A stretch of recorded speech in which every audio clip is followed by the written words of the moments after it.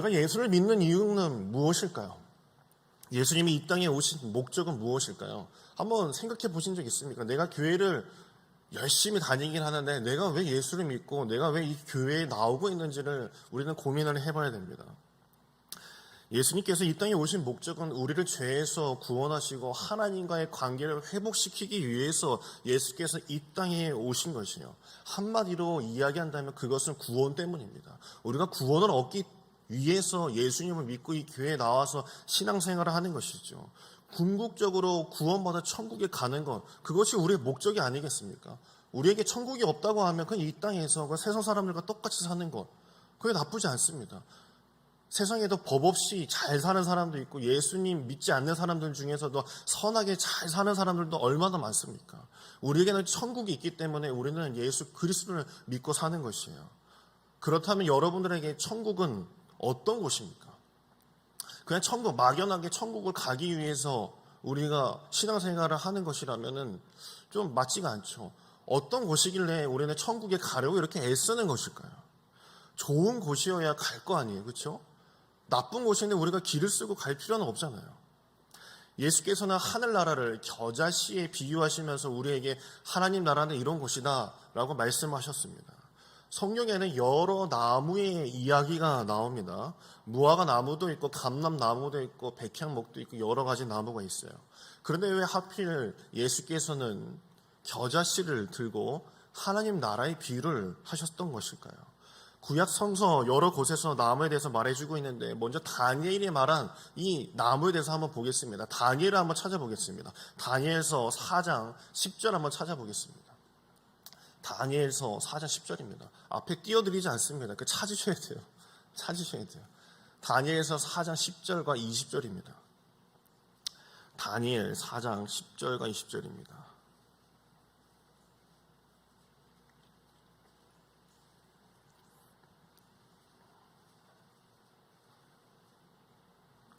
네, 우리 10절과 20절, 다니엘서 4장 10절과 20절입니다. 10절부터 읽겠습니다. 내가 침상에서 나의 머릿속으로 받은 환상이 이러하니라. 내가 본즉 땅의 중앙에 한 나무가 있는 것을 보았는데 높이가 높더니 20절입니다. 왕께서 보신 그 나무가 자라서 견고하여 지고 그 높이는 하늘에 닿았으니 땅 끝에서도 보이겠고. 아멘. 이 우뚝 자란 한 그루의 나무, 온 세상을 뒤엎을 만한 그런 나무처럼 비유를 하고 있어요. 그 나무가 얼마나 큰지 20절 끝머리에 보면은 높이는 하늘에 닿았으니 땅 끝에서도 보이겠다라고 할 정도로 큰 나무라고 이렇게 표현을 하고 있죠. 이 정도는 돼야 하늘나라라고 하지 않겠습니까? 그렇죠? 이 정도는 돼야 하늘나라에 심겨진 나무쯤이 될 것이라고 우리는 쉽게 생각할 수 있어요. 그런데 다니엘이 말한 이 나무는요, 바벨론을 비유한 나무였어요. 바벨론. 그렇다면 구약의 유대 백성들, 유대인들은 하나님의 나라를 어떻게 비유했을까요? 그것은 에스겔서를 보면 나옵니다. 에스겔서 17장 23절입니다. 에스겔서 17장 23절입니다. 에스겔 17장 23절.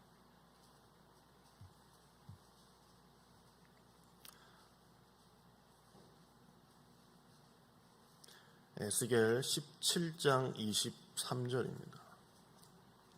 네, 우리 같이 읽겠습니다. 이스라엘 높은 산에 심으리니 그 가지가 무성하고 열매를 맺어서 아름다운 백향목이 될 것이요 각종 새가 그 아래에 깃들이며 그 가지 그늘에 살리라. 이스라엘 높은 산에 심는데 그 나무가 뭐라고 나오죠? 백향목이다라고 이렇게 이야기를 하고 있어요. 모든 것이 깃들이며 그 가지 그늘에 살리라. 이거 어디서 나온 말씀이죠? 오늘 읽은 말씀입니다. 마태복음 13장에 나온 말씀하고 똑같은 말씀이죠. 구약 백성들, 유대인들은 하나님의 나라를 백향목 같은 나무다라고 이렇게 표현을 하고 있었어요. 솔로몬도 궁전과 성전을 지을 때요, 그 안에 들어가는 목재를 다 백향목으로 다 만들었어요. 백향목은 권세를 상징하는 나무였기 때문에 그런 것이었어요. 이렇게 큰 나무의 비유는요, 강대국뿐만 아니라 이스라엘의 구원과 번영의 상징으로 여겨지기도 했습니다.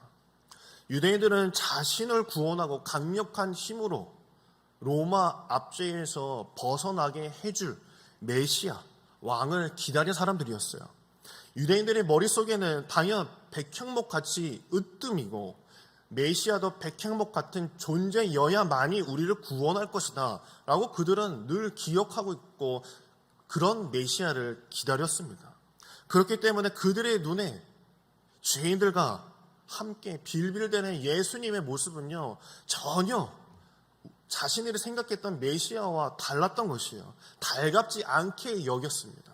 그의 입에서 나오는, 예수님의 입에서 나오는 천국 이야기들은 들리지도 않았을 뿐도 아니라 들으려 하지 않았습니다. 저런 자가 어떻게 우리의 메시아가 되겠어? 어떻게 로마 압제에서 우리를 벗어나게 해줄 수 있어? 우리가 원하던 메시아는 백향목 같은 메시아야 하고 그들은 생각했습니다. 그들을 설득하고 으쌰으쌰 하려면 예수님께서도 겨자씨 풀 같은 하나님의 나라의 비유를 하는 것이 아니라 가짜는 나무가 아니라 백향목 같은 웅장하고 저 끝에서도 보일 만한 나무를 심겠다라고 하셨다면 어쩌면 유대인들은 그래, 저 정도 사이즈는 돼야 메시아라고 할 수 있지 않겠어? 라고 여겼을 것입니다. 그런데 왜 예수께서는 백향목이 아니라 겨자 풀을 하나님 나라에 비유했을까라는 것이에요. 우리는 겨자 들판을요 본 적이 한 번도 없어요. 어쩌면 성지순례를 갔다 오신 분들은요 아마 스쳐서 지나가며 보신 분들이 있으실 겁니다.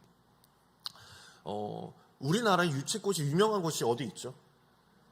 제주도. 그리고 삼척이 좀 유명합니다. 아주 넓은 들판에 유채꽃이 노란색으로 쫙 펼쳐져 있죠. 요런 유채꽃밭이 있어요. 근데 갈릴리에도요 이런 유채꽃밭이 있어요. 제가 성지순례를 처음 갔을 때 거의 대부분 성지순례를 가는 기간이 2월 달입니다. 2월에서 3월 기간이거든요. 제가 갈릴리를 이렇게 지나가고 있는데 버스에 타서 제가 이렇게 얘기했어요. 선교사님, 여기도 유채꽃밭이 너무나 멋있다고. 그러자 그 선교사님, 가이드 하시는 선교사님이 그러는 거예요. 이거 유채꽃 아니라고. 저 겨자풀이라고 이렇게 이야기를 하는 거예요. 제 머릿속에는 겨자나무라고만 생각을 했지 겨자풀이라고는 절대 생각을 하지 못했거든요. 그런데 갈릴리 이 해변 근처에 저런 언덕이 있죠. 언덕이 다 이렇게 유채꽃밭 같은 겨자풀이 쫙 펼쳐져 있어요. 더 정확하게 얘기하면 여러분들 입장에서 갓 있죠. 갓김치 할 때 갓. 쌉싸름한 그런 갓이에요. 갓. 이 확실하게 좀 느껴지시죠? 맛있는 그런 갓김치 정도라고 생각을 하시면 돼요. 그러나 이 겨자풀은요, 번식력이 너무나 강하고 뽑기가 힘들어서요, 농사꾼들이 되게 싫어한다고 합니다. 이제 저 비춰주셔도 돼요. 농사꾼들이 싫어한다고요. 자기 밭이나 정원에 그것을 가져다가 심는 사람이요 없다라고 합니다. 그런데 오늘 말씀에 보면은 어떻게 하신다고 했죠? 예수께서 저 겨자풀을 자기 정원에다 갖다 심겠다라고 말씀을 하세요. 이해가 가지 않죠? 겨자풀 아무것도 아니고 웅장한 것도 아니고 멋있기만 한 것도 아닌데 이상하게 자기 정원에다가 심겠다라고 예수님께서 말씀하셨어요. 31절, 우리 마태복음 13장 31절 우리 보도록 하겠습니다. 31절입니다. 또 비유를 들어 이르시되 천국은 마치 사람이 자기 밭에 갖다 심은 겨자씨 한 알 같으니라고 예수께서 말씀하셨어요. 하나님께서는 값어치 없는 겨자풀을 심어 직접 심겠다라고 말씀하셨습니다. 그럼 굳이 왜 심겠다라고 하시는 걸까요? 이왕 심는 거 큰 것 좀 갖다 심으면은 예수 믿는 우리들도 그래, 천국은 백향목 같은 곳이기 때문에 우리가 갈 만한 곳이야 라고 여길 수 있겠는데, 이상하게도 예수님께서 비유하시는 것이 아무것도 아닌 불필요한 겨자풀이라고 말씀하시니까 예수 믿는 우리 입장에서도 에이, 하나님 나라 저거 내가 좀 갈만한 곳처럼 좀 말씀해 주시면 좋은데 겨자 풀떼기 같은 거라고 얘기하시면은 좀 그런데, 솔직히 그렇지 않습니까? 혹시 조정래 소설가 아십니까? 조정래. 이 아리랑, 저도 아리랑 예전에 초등학교 때 읽고 되게 감명 있게 읽었거든요. 근데 조정래 이 소설가가요, 이 펴낸 소설 중에 한강이라는 그런 소설이 있습니다. 혹시 한강 읽어보신 분이 있으실까 모르겠어요. 한강이라는 소설을 보면은 이 1959년도에서 1980년대 그 기간의 서울의 이야기를 이야기하는 것이죠. 아마 박연주 권사님은 서울시청에 계셨기 때문에 아마 너무나도 잘 아시는 그런 배경일 것입니다. 7권에 보면요, 여러분 김진웅 목사님 아시죠? 김진웅 목사님. 네, 김진웅 목사님. 그 김진웅 목사님의 이야기가 나와요. 처음 들어보시나요? 그때는 김진웅 전도사님이었죠. 청계천 근처에서 활빈교회를 만드셨을 때, 저는요, 솔직히 저는 1880년대에 살아보지 않았어요. 87년생이어서 70년대에 살아보지 않았기 때문에 저는 고가가 있었을 청계천만 알아요. 근데 그 전에 자료를 찾아보면 70년대 때 청계천이 저랬대요. 저는 저 시대 안 살아봐서 모르겠어요. 사진으로만 알기 때문에. 근데 저 때 이 김진웅 전도사님이었을 때 활빈교회를 그때 만드셨다는 거죠. 그때 활빈교회는 누더기 판자촌이었을 때 그 당시에 교회를 만드셔서 그 청계천 제방, 중랑천 제방일 때 10,000여 명의 이제 빈민들을 데리고 이 주민교육 사업, 폐품 재생 사업, 식품 가공 사업을 계속 꾸려 나가셨다라는 거예요. 그래서 많은 사람들이, 빈민들이 이 활빈교회에 모여들었고, 김진웅 전도사님은 상당히 따랐다라고 이렇게 이야기를 합니다. 저 비춰주셔도 돼요. 그런데 그 소설 속에서요, 이런 이야기가 나와요. 얼마나 궁핍하게 살았는지 이 김진웅 전도사님 장모님이 자기 집에 오셨대요. 그 이야기를 쓴 부분이 있어요. 저도 이렇게 목회를 하다 보면은 처자식 이렇게 좀 잘 해주고 싶은데 못 해줄 때가 있잖아요. 그럼 저희 장모님이 간혹 가다가 이렇게 저희 처형 몰래 이렇게 조금씩 주시고 하실 때가 있어요. 저희 아내를 통해서. 그러면 제 마음이 얼마나 불편하기도 하고 감사하기도 하고 되게 주의 종인데 얼마나 뭐라 그럴까요? 이게 복을 많이 받고 좀 복의 모습을 보여야 되는데 그렇지 못할 때 상당히 마음이 아픕니다. 근데 김진웅 전도사님 그 소설에서 보면 장모님이 오셔가지고 이렇게 살 거면 내 딸 왜 데려간다고 하면 내 딸 데려가겠다라고 막 이렇게 막 소리치는 부분들이 막 나와요. 얼마나 궁핍했으면 영양실조 걸리겠다고 하면서 데려가겠다라고 이렇게 이야기를 해요. 그 소설을 이렇게 쭉 읽다 보면요, 이런 이야기가 나와요. 마을 사람들이 전도사님을 찾아와서 훈이 엄마라는 이 명칭이 나와요. 훈이 엄마가 쓰러졌더라는 거예요. 밭일을 하다가 훈이 엄마가 쓰러져서 죽어가니까 전도사님 어떻게 좀 해달라고 하면서 그 훈이 엄마를 전도사님께 맡깁니다. 하지만 돈이 없어서 그녀를 얻고 수술해줄 병원을 찾지 못합니다. 이 병원 막 들쳤고 이 병원을 가면 돈이 없다고 하니까 우리는 수술 못 해준다고 다른 병원 가보라고 해서 막 들쳤고 또 훈이 엄마를 전도사님이 다른 병원에 갔지만 또 거부를 당하고 옛날에 그런 일이 많았잖아요. 요즘이야 좀 구제 사업이 잘 돼서 미리 수술하고 나중에 갖는 시스템이 되어 있지만 그 당시 그런 게 어디 있었게요.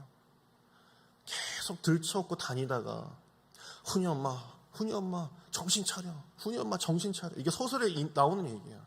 실제로 있었던 일이고 계속 깨우는 거야. 일어나라. 근데 어느 순간부터 훈이 엄마가 답이 없는 거예요. 일어나야 돼. 정신 차려야 돼. 애들이 지금 몇 살인데 애들 두고 가면 안 된다. 계속 이야기했지만 답이 없어요. 김진웅 전도사님은 힘이 드니까 꾸역꾸역 걸어가고 있었어요. 두 사람이 한동안 말이 없이 업고 걸어가고 있었어요. 알고 보니까 죽어 있었던 거죠. 한참 동안 죽어 있던 훈이 엄마를 들쳐매고 살려야겠다는 그 마음 안으로 병원을 뛰어가고 있었던 거예요. 그때 김진웅 전도사님이 이렇게 이야기를 하더라고요. 악착같이 살아야지. 애들은 두고 가면 어떡해. 그러면서 그 자리에서 전도사님이 주저앉으면서 이 세상을 두고 춥고 배고프고 슬프고 이 원통한 마음을 막 하나님께 막 쏟아냈더라고요. 그걸 읽긴 좀 그렇고 비정한 세상에 대해서 무능한 자신에 대해서 분노가 끓어오른다라고 표현을 하더라고요. 우리나라의 60, 70년대 이야기입니다. 어쩌면 우리 여기 앉아 계신 분들은 그 시대를 다 겪으셨기 때문에 그 시대의 빈민으로 살던 사람들의 모습을 아마 생생하게 기억하실 거예요. 예수께서 당시 사역하셨던 그 시대, 한강 서술에서 나왔던 그 민중들의 삶보다요, 비교할 수 없을 정도로 더 궁핍하고 잔인하게 짓눌렸던 자들이 바로 갈릴리에 살았던 사람들이었습니다. 우리는 그냥 그들이 그저 우리와 비슷하게 살았을 거라고 생각할 수 있겠지만 그들에게 무슨 인권이 어디 있었겠어요. 세금 안 내면 두드려 맞는 게 그 당시의 모든 문화였어요. 그렇기 때문에 세리를 그렇게 싫어했던 거예요. 군사들이 와서, 로마 군사들이 와서 두들겨 패도 아무 말도 못해. 세금을 안 냈기 때문에. 그게 일상이었습니다. 더 굶주렸고 더 짓눌렸던 동안 살았어요. 예루살렘 성전 중심으로 한 주류사회, 중심된 주류사회에서 벗어나 있으면서 저 빈민가 갈릴리 호숫가에 살던 이방인들과 같았던 그 유대인들, 그러니까 우리나라로 치면요, 강남, 가장 잘 사는 강남, 법원 근처, 그 파라군, 그 한강 대로에 있던 30억짜리 하는 아파트 있죠. 그 강남, 좀 표현이 그렇지만요, 가리봉동하고 비교가 되는 거예요. 저 강남, 가리봉, 요즘은 가리봉이라고 얘기 안 하더라고요. 가산 디지털 단지라고 그러더라고요. 거기랑 비교할 수 있는 거예요. 서울에서 비교하자면. 그들에게는 그런 인식이 있었어요. 이런 그들에게, 갈릴리 주변에 사는 그들에게요, 예수님께서는 잡초와 같은 겨자풀을 자기 정원에 심어서 새들이 깃들 수 있는 나무와 같이 내가 만들겠다라고 말씀을 하셨어요. 사실 겨자나무는요, 겨자풀은요, 높게 크지 않습니다. 아까 사진을 보셔서 아시겠지만 높이 자라봤자 2m예요. 제 키밖에 자라지 않아요. 새가 깃들 만한 나무가 결코 아닙니다. 이 겨자의 다른 점은요, 여기에 있습니다. 겨자는요, 수직으로 높이 크진 않습니다. 다만 수평으로 넓게 커집니다. 수평으로 퍼지는 게 겨자의 특성이에요. 이 땅에서 높게 치솟는 잘난 사람들의 천국이 아니라 모두가 함께 천국을 누릴 수 있는 것, 그것을 예수께서 말씀하고 계시는 거예요.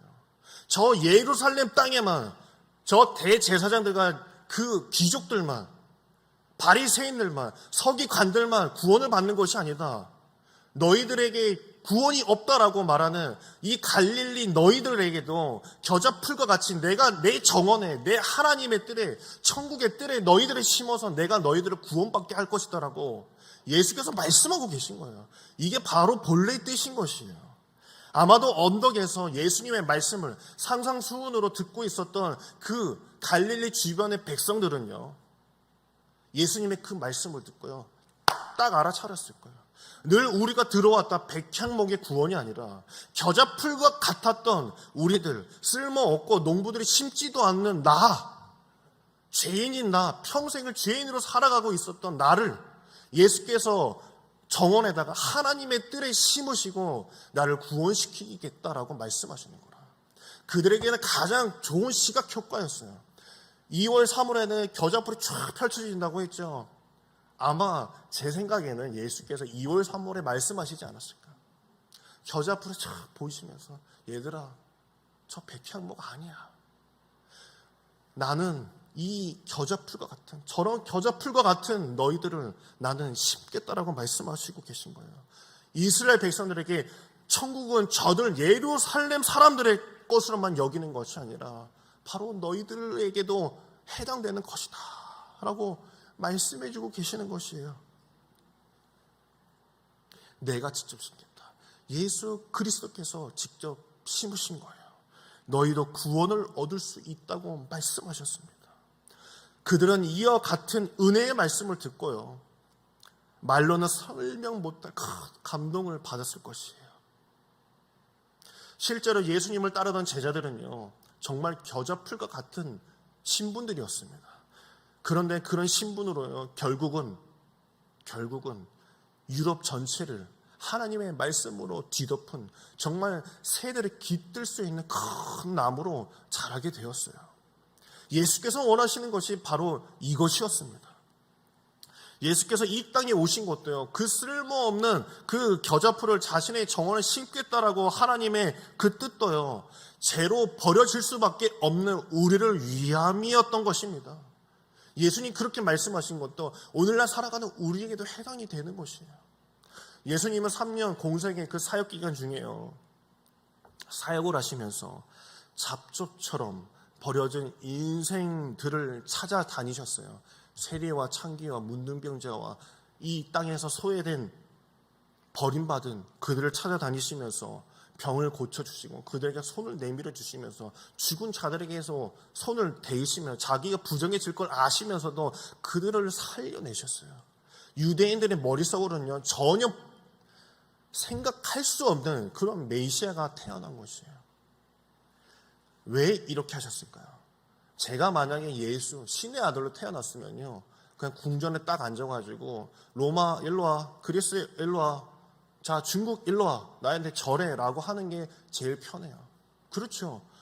그런데 예수님께서는요, 저 빈민가에 더 들어가셨어요. 솔직히 그랬어요. 오늘날로 따지면요, 정말 저기 창녀촌에 들어가신 거고요, 조폭들이 있는 깡패 속을 나이트클럽에 들어가셔서 예수 믿으세요 한 거랑 똑같은 거예요. 왜 이렇게 하셨을까요? 그것은 하나님의 나라의 소망을 심어주기 위해서 그렇게 하신 거예요. 제가 전도를 하러 다녀보잖아요. 저희 빌라 그 아랫집에 사는 그런 한 가정이 있습니다. 저희 애들 또래여가지고 조금 이제 가까이 지내는 이런 가정이 있어요. 근데 그 아저씨가, 저희 아랫집 아저씨가 저보다 이제 나이는 좀 있으시거든요. 아랫집 아저씨랑 이제 가끔 주차장에서 이야기를 할 때가 있어요. 그 아저씨는 제 옆에서 담배 이제 피시고 저는 옆에서 이렇게 얘기를 하는 거예요. 그러면 나 교회 나오시죠. 예수님 믿으세요라고 말씀드리면은 그분이 이렇게 이야기하시더라고요. 저도 어렸을 때는 교회를 다녔대요. 뭐 100% 그렇게 얘기해요. 교회를 다녔다고 하면. 근데 이렇게 덧붙였어요. 제가 술도 먹고 담배도 피고 나쁜 짓도 하는데 제가 어떻게 교회를 갑니까? 그분은 되게 솔직하더라고요. 이렇게 사는 내가 하나님께 구원시켜달라고 얘기할 수가 없다라는 거예요. 그런 생각을 가지고 있더라고요. 그 당시, 예수님 당시에 살던 사람들도요, 나 같은 존재가 어떻게 하나님께 구원받을 수 있겠어?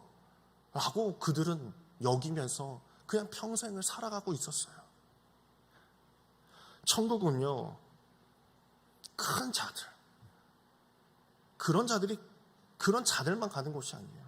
우리 시대에 만약에 백향목 같은 자들만이 하나님의 나라에 간다라고 예수님께 비유하셨다면요, 오늘 2020년대요, 이건희 회장 빼곤 갈 사람이 아무도 없어요. 그렇지 않아요? 솔직히 해서 그렇잖아요. 천국은 하나님의 뜻이 이루어지는 곳이라면 그게 하나님의 나라인 것입니다. 하나님의 말씀으로 사는 자들이 있는 곳이 천국인 것이에요.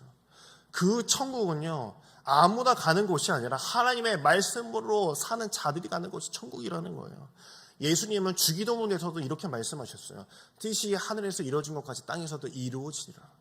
땅에서도 이루어져야만이 그것이 천국이고, 이 땅에서 천국의 같은 삶을 사는 자들만이 들어갈 수 있는 것이 천국인 것이에요. 이 땅에서는 정말 세상 사람들과 똑같이 살면서 내가 교회에 있다라는 그 자체만으로 구원 받으실 것 같습니까? 못 받아요. 내가 이 교회에 7시, 9시, 11시에 나와 앉아 있다라고 해서 내가 내 입술로써 예수님이 나의 구주라고 고백한다라고 해서 그냥 구원받는 게 결코 아니에요.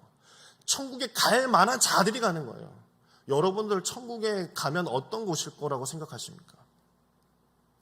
천국에 가면 뭐 보석이 깔려 있고 그곳에 가면 미움, 다툼, 지기, 실투 뭐 그런 게 없다라고 생각하시죠? 그렇죠?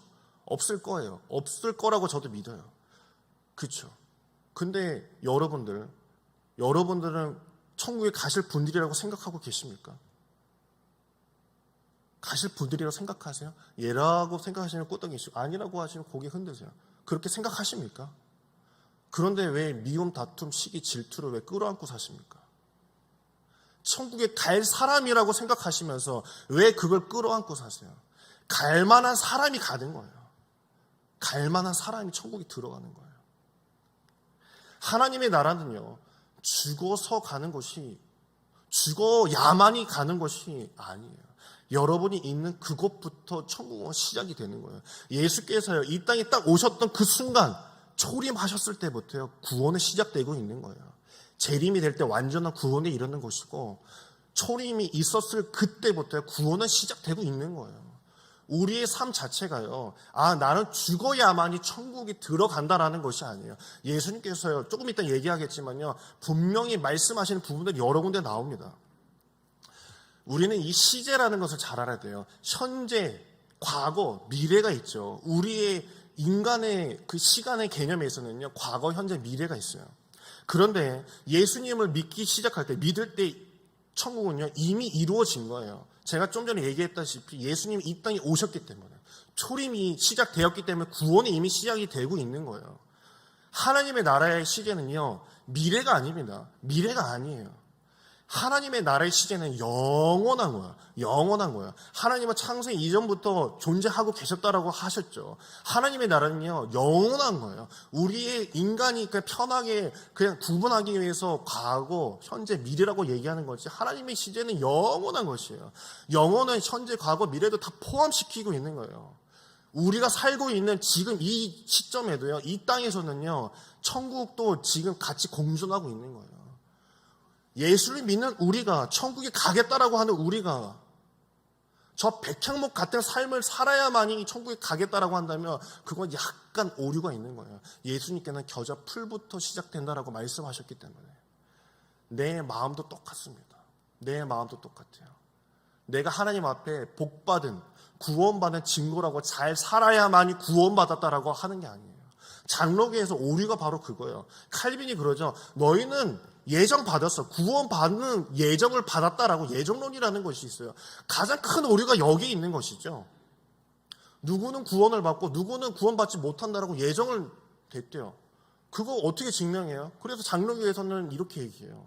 난 잘 살고 있잖아. 나는 구원받은 사람으로서 나는 잘 풀렸어. 이 땅에서 충분히 은혜 받고 복 받았어. 난 그래서 구원받은 자야. 봐봐. 라고 얘기하는 거예요. 그게 맞는 걸까요? 예수님 말씀과 조금 다르죠. 오늘 예수님의 말씀은요, 겨자풀이었어요. 내 정원에 심을 것이다. 너희와 같은 자들도 구원받을 수 있다라고 주님께서는 말씀하고 계시는 거예요. 누가복음 17장 20절하고 21절 말씀을 보면요, 이렇게 말씀하고 계십니다. 누가복음 17장 한번 같이 찾아보겠습니다. 누가복음 17장입니다.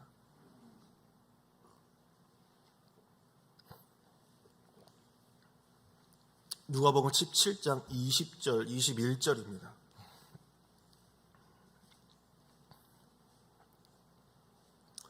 네, 우리 같이 읽겠습니다. 바리새인들이 하나님의 나라가 어느 때에 임하나이까 묻거늘 예수께서 대답하여 이르시되 하나님의 나라는 볼 수 있게 임하는 것이 아니요 또 여기 있다 저기 있다거든 못하리니 하나님의 나라는 너희 안에 있느니라. 아멘. 분명히 말씀하셨어요. 근데 우리가 그걸 받아들이기가 어려운 거지. 우리가 늘 생각했던 천국은 내가 죽어서 뿅 하고 가는 천국이라고만 여기고 그렇게 교리 수업을 받았기 때문에 그렇게 여기는 것이지, 예수님께서 분명히 이렇게 말씀하고 계셨어요. 천국은 너희 안에부터 시작이 된다라고 말씀하셨어요. 다른 곳에 있는 게 아닙니다. 너희가 있는 그것이 천국이 되게 하면 되는 거예요. 사람들을 보면요, 저 사람이 있는 곳은 맨날 지옥 같은 곳이 있어요. 저 사람이 딱 등장하면은 왠지 분위기가 안 좋아. 왠지 저 집사 저 건사가 오면은 왠지 싸움이 일어날 것만 같고, 왠지 선교회가 왠지 분란이 일어날 것 같은 사람들이 있어요. 그런데 그 반면에 저 권사님만 딱 등장하면은 왠지 재밌을 것 같고, 기쁨이 생겨났고, 진짜 좋은 간증이 나오고, 예수님의 복음이 막 입에서 흘러나오는 사람들이 있어요. 그렇죠? 아닌가요? 맞죠? 그 자가 머무는 것이 천국이 되어야 되는 거예요. 우리가 머무는 곳이요 천국이 되어야 되는 거예요. 그게 예수께서 말씀하신 거예요. 너희부터 시작이 된다. 지금 너희가 있는 그 시간이 지옥이 아니라 천국이다라고 말씀해 주십니다. 제가 설교를 가지고 아무래도 고민을 하게 되잖아요. 어떤 말씀을 전할까, 어떤 본문을 정할까 고민을 하게 됩니다. 고민을 하다가 보면요, 뭐랄까, 설교가 잘 작성이 안 될 때가 분명히 있죠. 묵상하고 또 묵상해도 안 될 때가 있어요. 그러면 참 제 자신이 참 슬픕니다. 내가 이걸 생각을 못하나? 진짜 하나님이 나에게 은혜를 주시지 않나? 진짜 내가 뭘 잘못했나? 아직 죄사함을 못하고 내가 깨끗하지 못하나? 별 생각을 다 해요. 그러면 집에서 밥을 먹다가도 멍 때리면서 이렇게 밥을 먹고 있죠. 설교 생각만 하면서 먹고 있는 거예요. 아이들하고 이제 놀 때도 멍하게 애들하고 놀면서 이렇게 영혼 없이 막 그렇게 하고 있어요. 온통 말씀 생각뿐인 거예요. 뭐 여러분들은 그렇게 생각한 게 고작 이거냐라고 생각할 수도 있으시겠지만 저는 무시 생각해서 이렇게 나오는 거거든요. 오늘 아이들이 이제 같이 놀자고 했어요. 애들한테는 아빠가 바쁘다는 이유로 바빠, 아빠 설교 준비해야 돼 라고 하면서 제 서재로 들어갈 때가 있어요. 그러면 애들은 그냥 뭐 별 생각 없으니까 아빠랑 놀자 하면서 아빠 놀자면 문을 펄컥펄컥 계속 이제 열죠. 그러다 한 아이가 저한테 그러는 거예요. 아빠 왜 바빠? 라고 묻는 거예요. 아이가 심오한 질문을 하기를 말문이 딱 막히더라고. 아빠 설교 준비하니까 설교 왜 해? 라고 하는 거예요. 그게 아빠가 설교를 하면서 복음도 적어나고 막 이렇게 고리타분한 얘기를 쭉 한 거예요. 그러니까 그거 왜 하냐고. 아빠 그거 왜 해? 설교는 잘해야 되는 거야 라고 이렇게 얘기를 했어요. 설교는 또 왜 잘해야 되는데 아시죠? 애들은 왜 그러는 거예요. 저도 짜증이 나기 시작을 하는 거예요. 그냥 아빠가는 설교를 해서 많은 사람이 예수 믿고 잘해서 훌륭한 사람이 되어야지 그렇지 않니? 라고 물었어요. 이렇게 대답을 해줬죠. 또 그래요. 아빠 그 훌륭한 사람이 언제 되는데? 라고 얘기하는 거예요. 제가 말할 그 힘이 없더라고요. 그러면서 저희 아이가 이렇게 얘기하더라고요. 아빠 지금 훌륭한 사람을 하면 안 돼? 라는 이야기를 하더라고요. 그 얘기는 넌 지금 나랑 놀아라 라는 얘기죠. 너는 지금 설교, 난 그게 뭔지 모르겠는데 당신은 지금 나랑 노는 게 훌륭한 사람이야 라고 이렇게 이야기를 하는 거예요. 훌륭한 사람, 천국에 갈 만한 사람, 구원받은 사람, 지금 자신이 있는 곳에서 나의 곁에 있는 사람들과 천국의 기쁨을 나누는 그런 사람이 되어야 된다는 거예요. 겨자풀은 수직이 아니라 수평이었어요. 많은 이들이 함께 구원을 받는 것이었습니다. 나만 잘나서 구원받는 백향목이 아니라 내가 머무는 자리가 뿌리가 뻗쳐나가듯이 천국은 퍼지는 것이에요. 이 교회도 마찬가지입니다. 이 교회, 이 구역만 구원받는 것이 아니라 이 교회가, 이 마정교회가 44주년이 되었을 때 이 마정교회가 이 땅에 44년 동안 심겨지면서 그 신앙의 뿌리를 얼마나 뻗쳤는지 우리는 봐야 되는 것이에요. 만약에 우리 앞들까지밖에 신앙의 뿌리가 넘어가지 못하고 저 당탑까지, 저 우림 아파트까지 신앙의 뿌리가 뻗쳐지지 못했다면 우리는 다시 이 교회를 다시 생각해 봐야 되고 다시 기도해 봐야 됩니다. 우리의 모습이 어땠는지 말이죠. 마태복음 9장 13절에 보면 이렇게 말씀하고 계세요. 너희는 가서 내게 긍휼을 원하고 제사를 원하지 아니하노라 하신 뜻이 무엇인지 배우라. 나는 의인을 배우러 온 것이 아니라 죄인을 부르러 왔노라라고 주께서 말씀하셨어요. 의인은 알아서 잘 갈 거예요. 의인은 알아서 잘 가요. 하지만 죄인이 문제인 거죠. 죄인이 문제예요. 예수께서는 죄인이 문제였습니다. 그리고 우리가 문제였어요. 예수님 당시에는 나를 믿는 자들은 다 구원을 얻을 것이라고 굳게 믿었지만 그 후가 문제였던 것이었어요. 천국은 누구의 것만이 아닙니다. 우리의 모두의 것이에요. 그렇기 때문에 예수 그리스도를 이 땅에 보내신 거예요. 창대한 자들만이 들어가는 것이 아니라 모두가 하나님의 사랑과 하나님의 말씀으로 사는 곳이라면 천국이 될 수 있다는 것을 예수님의 모습과 그 입술을 통하셔서 우리 이 땅에 보여주신 것입니다. 주께서는 누구든지 하나님의 나라로 들어오라. 너는 하나님의 자녀가 될 수 있다라고 말씀해 주신 줄 믿으시길 간절히 축원합니다. 이렇게 가능한 것은 예수께서 겨자풀을 심으셨고 십자가를 이 땅에 심으셨기 때문입니다. 우리에게 구원을 허락하신 것이에요.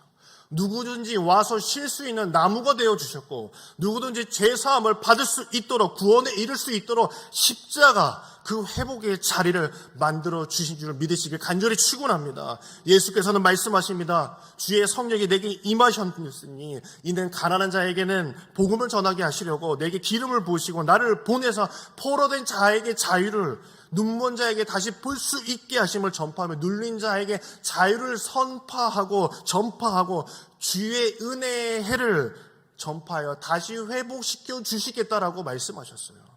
은혜의 해라고 말씀하셨어요. 그것은 하나님의 본래 시점으로 하나님의 말씀으로 사는 자들이 있는 그 자리로 모든 자들이 하나님의 그 나라를 누릴 수 있는 그 에덴 동산과 같은 그런 자리로 회복시켜 주시겠다라고 하면서 예수 그리스도가 온 이유라고 말씀하셨습니다. 오늘 이 주일 6일 동안 세상에 있다가 이 자리에 나왔습니다. 은혜의 주일이 되기를 간절히 축원합니다. 나를 위하여 겨자풀을 심으셨고 그 정원에 나를 위하여서 이 땅에 십자가를 심으신 그분의 은혜로 사는 여러분 되기를 간절히 축원합니다.